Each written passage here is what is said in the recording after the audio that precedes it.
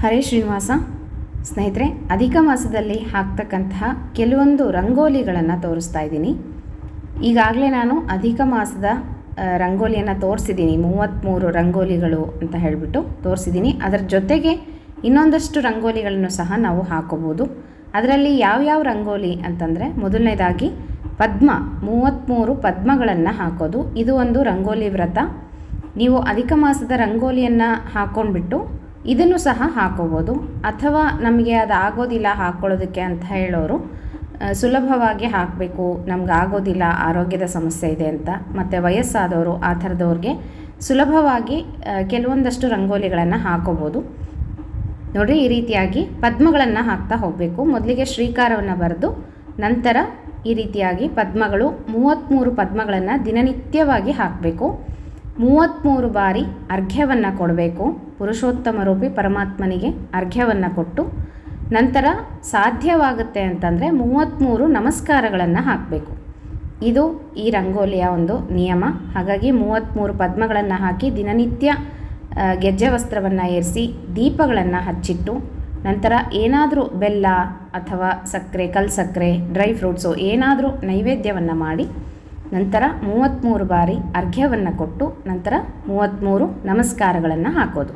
ಇದು ಒಂದು ರಂಗೋಲಿಯ ಒಂದು ವ್ರತ. 33 ಪದ್ಮಗಳನ್ನು ಹಾಕೋದು. ನಂತರ 33 ಪದ್ಮಗಳನ್ನು ಆಕಳ ಹೊಟ್ಟೆಯಲ್ಲಿ, ಅಂದರೆ ಗೋವಿನ ಹೊಟ್ಟೆಯಲ್ಲಿ ಹಾಕೋದು. ಇದನ್ನು ಗೋಪದ್ಮ ವ್ರತ ಅಂತ ಕರೀತಾರೆ. ಗೋವಿನ ಹೊಟ್ಟೆಯಲ್ಲಿ 33 ಪದ್ಮಗಳನ್ನು ಹಾಕೋದು. ಇದು ಒಂದು ರಂಗೋಲಿಯ ವ್ರತ ಅಂತ ಹೇಳ್ಬೋದು. ಇದನ್ನು ಸಹ ಈ ಒಂದು ಅಧಿಕ ಮಾಸದಲ್ಲಿ ಹಾಕೋಬೋದು. ನೋಡಿರಿ, ಈ ರೀತಿಯಾಗಿ ಆಕಳನ್ನು ಫಸ್ಟು ನಾವು ಬಿಡಿಸ್ಕೋಬೇಕು. ಹಸುವನ್ನು ಹೇಗೆ ಬಿಡಿಸ್ಬೇಕು ಅಂತ ನಾನು ಹಿಂದೆ ಒಂದು ವಿಡಿಯೋದಲ್ಲಿ ನಿಮಗೆ ತೋರಿಸ್ಕೊಟ್ಟಿದ್ದೀನಿ. ಅದೇ ರೀತಿಯಾಗಿ ಫಸ್ಟು ನಾವು ಆಕಳನ್ನು ಬರ್ಕೊಂಡ್ಬಿಟ್ಟು, ಇದು ಅಷ್ಟೇ ಅಧಿಕ ಮಾಸದಲ್ಲಿ ಅಧಿಕ ಫಲವನ್ನು ಕೊಡ್ತಕ್ಕಂಥ ಒಂದು ರಂಗೋಲಿಯ ವ್ರತ ಅಂತ ಹೇಳ್ಬೋದು ಸ್ನೇಹಿತರೆ. ಕೆಲವೊಬ್ಬರು ಈ ರೀತಿಯ ವ್ರತಗಳನ್ನು ಅಧಿಕ ಮಾಸದಲ್ಲಿ ಹಿಡಿತಾರೆ. ನೋಡಿರಿ, ಈ ರೀತಿಯಾಗಿ ಗೋವನ್ನು ಬರಿಬೇಕು. ಈ ರಂಗೋಲಿಗಳನ್ನು ದಿನನಿತ್ಯವಾಗಿ ಹಾಕಬೇಕು. ದಿನನಿತ್ಯ ಬೆಳಗ್ಗೆ ಹಿಂದಿನ ದಿನದ ರಂಗೋಲಿಯನ್ನು ತೆಗಿಬೇಕು. ಕಟ್ಟೆಯನ್ನು ನೀಟಾಗಿ ಸ್ವಲ್ಪ ಗೋಮೂತ್ರ ಅಥವಾ ಗೋಮಯದಿಂದ ಸಾರಿಸ್ಕೊಂಡು ಅದೇ ಜಾಗದಲ್ಲಿನೇ ಮತ್ತೆ ನಾವು ಇನ್ನೊಂದು ಗೋವನ್ನು ಬರೆದು ಅದರಲ್ಲಿ ಪದ್ಮಗಳನ್ನು ಹಾಕಿ ಪೂಜೆಯನ್ನು ಮಾಡ್ಕೊಳ್ಳೋದು. ಈ ರೀತಿ ಪ್ರತಿನಿತ್ಯವಾಗಿ ಮಾಡಬೇಕು ಅಧಿಕ ಮಾಸದಲ್ಲಿ. ನೋಡಿರಿ, ಈ ರೀತಿಯಾಗಿ ಗೋವು ಮತ್ತು ಕರುವನ್ನು ಬರೆದುಬಿಟ್ಟು ಗೋವಿನ ಹೊಟ್ಟೆಯಲ್ಲಿ, ಅಂದರೆ ನಾವಿಲ್ಲಿ ತೋರಿಸ್ತಾ ಇದ್ದೀನಲ್ಲ ಈ ಭಾಗದಲ್ಲಿ ಪದ್ಮಗಳನ್ನು ಬರಿಬೇಕು. ಎಷ್ಟು ಅಂದರೆ 33 ಪದ್ಮಗಳನ್ನು ಒಳಗಡೆ ಬರಿಬೇಕಾಗತ್ತೆ. ನೀವು ಸ್ವಲ್ಪ ದೊಡ್ಡದಾಗಿ ಗೋವನ್ನು ಹಾಕ್ಕೊಂಡ್ರೆ 33 ಪದ್ಮಗಳು ಆರಾಮಾಗಿ ಹಿಡಿಯುತ್ತೆ. ಚಿಕ್ಕದಾಗಿ ಗೋವು ಹಾಕಿದ್ರೆ ಸ್ವಲ್ಪ ಚಿಕ್ಕದಾಗಿ ಪದ್ಮಗಳನ್ನು ಹಾಕ್ಕೊಳ್ರಿ. ಸ್ಥಳದ ಅಭಾವ ಇರೋರು, ಸ್ಥಳ ಇದೆ ಅಂತಂದರೆ ಸ್ವಲ್ಪ ದೊಡ್ಡದಾಗಿ ಗೋವನ್ನು ಬರ್ಕೊಂಡ್ರೆ ನಿಮಗೆ ನೀಟಾಗಿ ಪದ್ಮಗಳನ್ನು ಹಾಕಲಿಕ್ಕೆ ಅನುಕೂಲ ಆಗುತ್ತೆ. ಈ ರೀತಿ 33 ಪದ್ಮಗಳನ್ನು ಗೋವಿನ ಹೊಟ್ಟೆಯಲ್ಲಿ ಹಾಕೋದು. ಇದನ್ನು ಗೋಪದ್ಮ ವ್ರತ ಅಂತ ಕರೀತಾರೆ. ದಿನನಿತ್ಯವಾಗಿ ಗೋವಿನ ಹೊಟ್ಟೆಯಲ್ಲಿ 33 ಪದ್ಮಗಳನ್ನು ನೋಡ್ರಿ, ಈ ರೀತಿಯಾಗಿ ಹೊಟ್ಟೆ ಒಳಗಡೆ ಪದ್ಮಗಳನ್ನು ತುಂಬಿಸೋದು. ಹೀಗೆ ಬರೆದುಬಿಟ್ಟು ಗೆಜ್ಜೆ ವಸ್ತ್ರ ಹೂವನ್ನು ಏರಿಸಿ ತುಪ್ಪದ ದೀಪವನ್ನು ಹಚ್ಚಿಟ್ಟು ಪೂಜೆಯನ್ನು ಮಾಡ್ಕೊಳ್ಳೋದು. ಪ್ರತಿನಿತ್ಯ ಪೂಜೆ ಮಾಡಬೇಕು. ನಂತರ 33 ಬಾರಿ ಅರ್ಘ್ಯವನ್ನು ಕೊಟ್ಟು 33 ನಮಸ್ಕಾರವನ್ನು ಹಾಕ್ಬೋದು. ನಿಮ್ಮ ಯೋಗ್ಯತೆ ಅನುಸಾರ, ಅಂದರೆ ಕೈಲಾದರೆ ನಮಗೆ ಆಗುತ್ತೆ ಅಂತ ಹೇಳಿದ್ರೆ ಹಾಕ್ಬೋದು. ಇಲ್ಲ ಅಂತಂದರೆ 33 ಪ್ರದಕ್ಷಿಣೆಯನ್ನು ಹಾಕಿ ಒಂದು ಬಾರಿ ಆದರೂ ನಮಸ್ಕಾರವನ್ನು ಮಾಡಬೇಕು. ಹೀಗೆ ಇದು ಒಂದು ರಂಗೋಲಿಯ ವ್ರತ. ಇದನ್ನು ಗೋಪದ್ಮ ವ್ರತ ಅಂತ ಕರೆಯಲಾಗುತ್ತೆ. ಈಗ ಇನ್ನೊಂದು ರಂಗೋಲಿಯನ್ನು ತೋರಿಸ್ತೀನಿ. ನೋಡಿರಿ, ಗೋವಿನ ಪಾದಗಳನ್ನು ಹಾಕೋದು. ಆಕಳ ಪಾದ ಅಂತ ಹೇಳ್ತೀವಲ್ವ, ಹೀಗೆ 33 ಗೋಪಾದಗಳನ್ನು ಹಾಕೋದು. ಪ್ರತಿನಿತ್ಯವಾಗಿ 33 ಗೋವಿನ ಪಾದಗಳನ್ನು ಹಾಕೋದು. ಗೆಜ್ಜೆ ವಸ್ತ್ರ ಹೂವನ್ನು ಏರಿಸಿ ತುಪ್ಪದ ದೀಪವನ್ನು ಹಚ್ಚಿಟ್ಟು ಪೂಜೆ ಮಾಡ್ಕೊಳ್ಳೋದು. ಇದಕ್ಕೆಲ್ಲ ದಾನಗಳನ್ನು ಕೊಡಬೇಕಾ ಅಂತಂದರೆ ಕೊಡ್ಬೋದು ಸ್ನೇಹಿತರೆ, ತಪ್ಪಿಲ್ಲ. ಯಾವ ದಾನಗಳನ್ನು ಕೊಡಬೇಕು ಅಂತ ನಿಮಗೆ ಲಾಸ್ಟಿಗೆ ತಿಳಿಸ್ಕೊಡ್ತೀನಂತೆ. ಈಗ ನೋಡಿರಿ, ಈ ರೀತಿಯಾಗಿ 33 ಗೋಪಾದಗಳು, ಅಂದರೆ ಆಕಳ ಪಾದಗಳನ್ನು ಹಾಕಿ ಪ್ರತಿನಿತ್ಯವಾಗಿ ಪೂಜೆಯನ್ನು ಮಾಡ್ಕೊಳ್ಳೋದು. ಇದು ಒಂದು ಅಧಿಕ ಮಾಸದಲ್ಲಿ ಹಾಕ್ತಕ್ಕಂತಹ ರಂಗೋಲಿ. ಮತ್ತು ಇನ್ನೊಂದು ರಂಗೋಲಿಯನ್ನು ತೋರಿಸ್ತಾ ಇದ್ದೀನಿ. ಶಂಖ ಚಕ್ರವನ್ನು ಹಾಕೋದು. ಅಂದರೆ 33 ಶಂಖ, 33 ಚಕ್ರ. ಪ್ರತಿನಿತ್ಯವಾಗಿ 33 ಶಂಖ, 33 ಚಕ್ರವನ್ನು ಹಾಕಬೇಕು. ಇದು ಕೂಡ ಒಂದು ಅಧಿಕ ಮಾಸದಲ್ಲಿ ಹಿಡಿತಕ್ಕಂಥ ವ್ರತ, ರಂಗೋಲಿ ವ್ರತ ಅಂತ ಹೇಳ್ಬೋದು. ನೋಡಿರಿ, ಈ ರೀತಿಯಾಗಿ ನಿಮಗೆ ಎಷ್ಟೆಷ್ಟು ಸಾಧ್ಯ ಆಗುತ್ತೋ ಅಂದರೆ 7, 6 ಎಷ್ಟು ಹಾಕ್ತಿರೋ ಅದ್ರ ಕೆಳಗಡೆನೇ ಹಾಕ್ತಾ ಹೋದರೆ ನಿಮಗೆ ಕರೆಕ್ಟಾಗಿ ಕೌಂಟ್ ಮಾಡಿಕೊಂಡು ನೀವು 33 ಆಗುವಷ್ಟು ಶಂಖಚಕ್ರಗಳನ್ನು ದಿನನಿತ್ಯವಾಗಿ ಹಾಕಬೇಕು. ಮತ್ತು ಯಾವಾಗಲೂ ನಮಗೆ ಬಲಗಡೆ ಶಂಖ ಬರಬೇಕು, ಎಡಗಡೆಗೆ ಚಕ್ರ ಬರಬೇಕು. ದೇವರಿಗೆ ಎಡಗಡೆಗೆ ಶಂಖ, ಬಲಗಡೆಗೆ ಚಕ್ರ. ನೋಡಿರಿ, ಈ ರೀತಿಯಾಗಿ 33 ಶಂಖ, 33 ಚಕ್ರ ಹೀಗೆ ಹಾಕ್ಕೊಂಡು ಭಗವಂತನಿಗೆ ಈ ರಂಗೋಲಿಯನ್ನು ಸಮರ್ಪಣೆಯನ್ನು ಮಾಡಿ ಗೆಜ್ಜೆ ವಸ್ತ್ರ ಹೂವನ್ನು ಇರಿಸಿ ದೀಪವನ್ನು ಹಚ್ಚಿಟ್ಟು ಪೂಜೆ ಮಾಡ್ಕೊಳ್ಳೋದು. ಈ ರೀತಿ ಇದು ಒಂದು ರಂಗೋಲಿ. ಮತ್ತು ಇನ್ನೊಂದು ರಂಗೋಲಿಯನ್ನು ಹಾಕ್ಬೋದು. ಯಾವುದು ಅಂದರೆ ಕಮಲಗಳು, ಲಕ್ಷ್ಮಿಯ ಸನ್ನಿಧಾನ ಇರ್ತಕ್ಕಂತಹ ಕಮಲಗಳು. ಇದು ಅಷ್ಟೇ 33 ಕಮಲಗಳನ್ನು ದಿನನಿತ್ಯವಾಗಿ ಹಾಕೋದು, ಪೂಜೆಯನ್ನು ಮಾಡ್ಕೊಳ್ಳೋದು.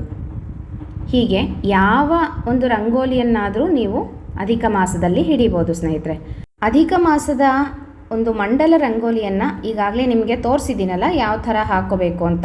ಆ ರಂಗೋಲಿಯನ್ನು ಹಾಕ್ಕೊಂಡು ಮತ್ತು ಬೇರೆ ರಂಗೋಲಿಗಳನ್ನು ಸಹ ನಾವು ಹಾಕ್ಕೊತೀವಿ. ಯಾವುದಾದ್ರೂ ಅಂದರೆ ಇದಿಷ್ಟು ರಂಗೋಲಿಗಳಲ್ಲಿ ನೀವು ಯಾವ ರಂಗೋಲಿಯನ್ನಾದರೂ ಹಾಕೋಬೋದು. ಇನ್ನು ಈಗ ನಿಮಗೆ ತೋರಿಸ್ತಾ ಇರೋದು ಇದು ಪಾರಿಜಾತ ಹೂವಿನ ರಂಗೋಲಿ. ನೋಡಿರಿ, ಈ ರೀತಿಯಾಗಿ ಒಂದು ಸ್ವಲ್ಪ ರಂಗೋಲಿಯನ್ನು ಹಾಕ್ಕೊಂಡು ಹೀಗೆ ಕೈಯಿಂದ ಹೂವಿನ ದಳಗಳ ಥರ ಮಾಡಬೇಕು. ಇದು ಪಾರಿಜಾತ ಹೂವು ಅಂತ ಹೇಳಿಬಿಟ್ಟು 33 ಪಾರಿಜಾತ ಹೂವನ್ನು ಹೀಗೆ ಹಾಕ್ತಾರೆ. ಇದನ್ನು ಸಹ ರಂಗೋಲಿಯ ಒಂದು ಸೇವೆ ಅಂತ ಹೇಳ್ಬೋದು. ಹೀಗೆ ಹಾಕ್ಕೊಂಡು ಹೀಗೆ ಕೈಯಿಂದ ದಳಗಳನ್ನು ಮಾಡೋದು. ಪಾರಿಜಾತ ಹೂವಿಗೆ ದಳ ಇರುತ್ತಲ್ಲ, ಆ ರೀತಿಯಾಗಿ ದಳಗಳನ್ನು ಮಾಡಿಕೊಂಡ್ರೆ ಇದು ಪಾರಿಜಾತ ಹೂವಿನ ಒಂದು ರಂಗೋಲಿ. ಈ ರೀತಿ 33 ದಿನನಿತ್ಯವಾಗಿ ಹಾಕೋಬೋದು. ನಂತರ ಸ್ವಸ್ತಿಕವನ್ನು ಹಾಕ್ಬೋದು. ಪ್ರತಿನಿತ್ಯವಾಗಿ ಸ್ವಸ್ತಿಕ, 33 ಸ್ವಸ್ತಿಕ. ನೀವು ಯಾವುದೇ ರಂಗೋಲಿಯನ್ನು ಹಿಡಿದ್ರೂ ಸಹ ಇದರಲ್ಲಿ 33 ಹಾಕಬೇಕು. 33 ದೇವತೆಗಳ ಅಂತರ್ಯಾಮಿಯಾದಂತಹ ಪುರುಷೋತ್ತಮನ ಪ್ರೀತಿಗಾಗಿ ನಾವು ಯಾವುದೇ ಸೇವೆಯನ್ನು ಮಾಡಿದ್ರೂ ಸಹ 33 ಸಂಖ್ಯೆಯಲ್ಲಿ ಮಾಡಬೇಕು. ಹಾಗಾಗಿ ಯಾವುದೇ ರಂಗೋಲಿಯನ್ನು ಹಾಕಿದ್ರೂ ಸಹ ನೀವು 33 ಸಂಖ್ಯೆಯಲ್ಲೇ ಹಾಕಬೇಕು. ನೋಡಿರಿ, ಈ ರೀತಿಯಾಗಿ ಇದಿಷ್ಟು ರಂಗೋಲಿಗಳಲ್ಲಿ ನೀವು ಯಾವುದನ್ನಾದರೂ ಹಾಕೋಬೋದು ಸ್ನೇಹಿತರೆ. ಮತ್ತು ಇದಕ್ಕೆ ಏನಾದರೂ ದಾನಗಳನ್ನು ಕೊಡಬೇಕಾ ಅಂತಂದರೆ ದಾನಗಳನ್ನು ಕೊಡ್ಬೋದು, ನಿಮ್ಮ ಇಷ್ಟ. ಅದು ಏನು ದಾನಗಳನ್ನು ಕೊಡಬೇಕು ಅಂತಂದರೆ ಈ ರೀತಿಯಾಗಿ 33 ಪದ್ಮಗಳನ್ನೇನಾದರೂ ಹಾಕಿದ್ರೆ ಒಂದು ಮಣೆಯನ್ನು ತಗೊಂಡು, ಕಟ್ಟಿಗೆ ಮಣೆಯನ್ನು ತಗೊಂಡು, ಅಥವಾ ಮಾಡಿಸೋದಿತ್ತು ಅಂದರೆ ಮಾಡಿಸ್ಕೊಂಡು ಕಾರ್ಪೆಂಟ್ರಿಗೆ ಹೇಳಿಬಿಟ್ಟು ಆ ಮಣೆಯ ಮೇಲೆ ಮಧ್ಯಭಾಗದಲ್ಲಿ ಬೆಳ್ಳಿಯ ಒಂದು ಹೂವು, ಪದ್ಮದ ಹೂವನ್ನು ಮಾಡಿಸ್ಬೇಕು. ಅಂದರೆ ಈಗ ಬೆಳ್ಳಿಯ ಕೆಲಸವನ್ನು ಮಾಡ್ತಾ ಇರ್ತಾರಲ್ವ, ಬಂಗಾರದ ಕೆಲಸವನ್ನು, ಅವ್ರಿಗೆ ಹೇಳಿದ್ರೆ ಮಾಡಿಕೊಡ್ತಾರೆ. ನೀವು ಡಿಸೈನನ್ನು ಹಾಕ್ಕೊಟ್ರೆ ಬೆಳ್ಳಿಯದ್ದು ಹೂವನ್ನು ಮಾಡಿ ಕೊಡ್ತಾರೆ. ಅದನ್ನು ಆ ಮಣೆಯ ಮಧ್ಯಭಾಗದಲ್ಲಿ ಮೊಳೆಯಿಂದ ಹೊಡಿಸ್ಬೇಕು. ಈ ರೀತಿಯಾಗಿ ಬೆಳ್ಳಿಯ ಪದ್ಮದ ಹೂವನ್ನು ಆ ಒಂದು ಕಟ್ಟಿಗೆ ಮಣೆಗೆ ಮಧ್ಯಭಾಗದಲ್ಲಿ ಹಾಕಿಸಿ ಅದನ್ನು ದಕ್ಷಿಣೆ ಸಹಿತ ದಾನವಾಗಿ ಕೊಡೋದು. ಇದು ಈ ರಂಗೋಲಿಗೆ ಕೊಡ್ತಕ್ಕಂತಹ ದಾನ. ಇನ್ನು ಗೋಪದ್ಮ, ಇದಕ್ಕೆ ಏನು ದಾನವನ್ನು ಕೊಡಬೇಕು ಅಂದರೆ ಗೋವಿನ ಹೊಟ್ಟೆಯಲ್ಲಿ ಪದ್ಮಗಳನ್ನು ಹಾಕಿದ್ದಕ್ಕೆ ನೀವು ಗೋದಾನವನ್ನು ಮಾಡ್ಬೋದು. ಅಥವಾ ಅದೇ ರೀತಿಯಾಗಿ ಹಿಂದೆ ಹೇಳಿದ್ನಲ್ಲ ಆ ರೀತಿಯಾಗಿ ನೀವು ಪದ್ಮವನ್ನು ಮಣೆಗೆ ಹಾಕಿಸಿ ದಾನವಾಗಿ ಕೊಡ್ಬೋದು. ಅಥವಾ ಗೋದಾನವನ್ನು ಮಾಡ್ಬೋದು. ಅಥವಾ ಬೆಳ್ಳಿಯ ಗೋವನ್ನು ತಂದು ದಕ್ಷಿಣೆ ಸಹಿತ ದಾನವಾಗಿ ಕೊಡ್ಬೋದು. ಯಥಾಶಕ್ತಿ ಯಾವುದಾದ್ರೂ ದಾನವನ್ನು ಈ ಒಂದು ರಂಗೋಲಿಗೆ ಮಾಡ್ಕೋಬೋದು. ಇನ್ನು ಆಕಳ ಪಾದ, ಇದೂ ಅಷ್ಟೇ. ಇದಕ್ಕೂ ಗೋದಾನವನ್ನು ಮಾಡೋದು ಅಥವಾ ಬೆಳ್ಳಿಯ ಗೋವನ್ನು ತಂದು ದಾನವಾಗಿ ಕೊಡೋದು, ಇದೆರಡನ್ನು ಯಾವುದಾದ್ರೂ ಮಾಡ್ಕೋಬೋದು. ಇನ್ನು ಶಂಖಚಕ್ರವನ್ನು ಹಾಕಿದರೆ ಬೆಳ್ಳಿಯ ಶಂಖಚಕ್ರವನ್ನು ಮಾಡಿಸಿ ದೇವಸ್ಥಾನಗಳಿಗೆ ಕೊಡ್ಬೋದು, ಅಥವಾ ಯಾರಿಗಾದರೂ ದಾನವಾಗಿ ಕೊಡ್ಬೋದು. ಅಥವಾ ಶಂಖಚಕ್ರ ಇರುವಂಥ ದೀಪದ ಸ್ತಂಭಗಳನ್ನು ದಾನವಾಗಿ ಕೊಡ್ಬೋದು. ಅಥವಾ ಚಕ್ಲಿ ಮತ್ತು ಕರ್ಜಿಕಾಯಿ ಅಥವಾ ಗಿಲ್ಗಂಚಿ ಅಂತಲೂ ಕರೀತಾರೆ, ಅದನ್ನು 33 ಮಾಡಿ ದಾನವಾಗಿ ಕೊಡ್ಬೋದು. ಯಾವುದಾದ್ರೂ ಮಾಡ್ಕೋಬೋದು ಸ್ನೇಹಿತರೆ. ಇನ್ನು ಕಮಲದ ಹೂವು, ಪಾರಿಜಾತ ಹೂವು ಮತ್ತು ಸ್ವಸ್ತಿಕ, ಇದಕ್ಕೆಲ್ಲ ಏನು ದಾನವನ್ನು ಕೊಡ್ಬೋದು ಅಂದರೆ ಹೂವನ್ನು ಮಾಡಿಸಿ ಬೆಳ್ಳಿಯದ್ದೋ ಅಥವಾ ಶಕ್ತಿ ಇತ್ತು ಅಂದರೆ ಬಂಗಾರದ ಹೂವುಗಳನ್ನು ಮಾಡಿಸಿ ದಾನವಾಗಿ ಕೊಡ್ಬೋದು. ಅಥವಾ ಬೆಳ್ಳಿಯದ್ದು ಮಾಡಿಸಿ ದಾನವಾಗಿ ಕೊಡ್ಬೋದು. ಇಲ್ಲ ಅಂದರೆ ಯಥಾಶಕ್ತಿ ದಕ್ಷಿಣೆ ಸಹಿತ ಬೇರೆ ಏನಾದರೂ ದಾನವಾಗಿ ಹಣ್ಣುಗಳನ್ನಾದರೂ, ಸಿಹಿಯಾದ ಹಣ್ಣುಗಳನ್ನು 33 ತಂದು ದಾನವಾಗಿ ಕೊಡ್ಬೋದು. ಅಥವಾ ಸಿಹಿಯನ್ನು ಮಾಡಿ ಬೇಸನ್ ಲಾಡು ಈ ಥರದ್ದು ಏನಾದರೂ ಮಾಡಿ 33 ದಾನವನ್ನು ಕೊಡ್ಬೋದು. ಈ ರೀತಿ ಯಥಾಶಕ್ತಿ ದಾನಗಳನ್ನು ಕೊಡ್ಬೋದು ಸ್ನೇಹಿತರೆ. ಇಂಥದ್ದೇ ದಾನ ಮಾಡಬೇಕು ಅಂತ ಏನೂ ಇಲ್ಲ. ನಿಮ್ಮ ಶಕ್ತಿಯಾನುಸಾರ ಏನನ್ನಾದರೂ ದಾನವಾಗಿ ಕೊಡ್ಬೋದು. ರಂಗೋಲಿ ಹಾಕಿದ್ದೀವಿ, ವ್ರತಗಳನ್ನು ಹಿಡಿದಿದ್ದೀವಿ ಅಂದರೆ ಏನಾದರೂ ಒಂದು ದಾನವನ್ನು ಕೊಟ್ಟರೆ ನಮಗೆ ಅದು ಫಲ ಸಿಗುತ್ತೆ ಅಂತ ಅಷ್ಟೇ.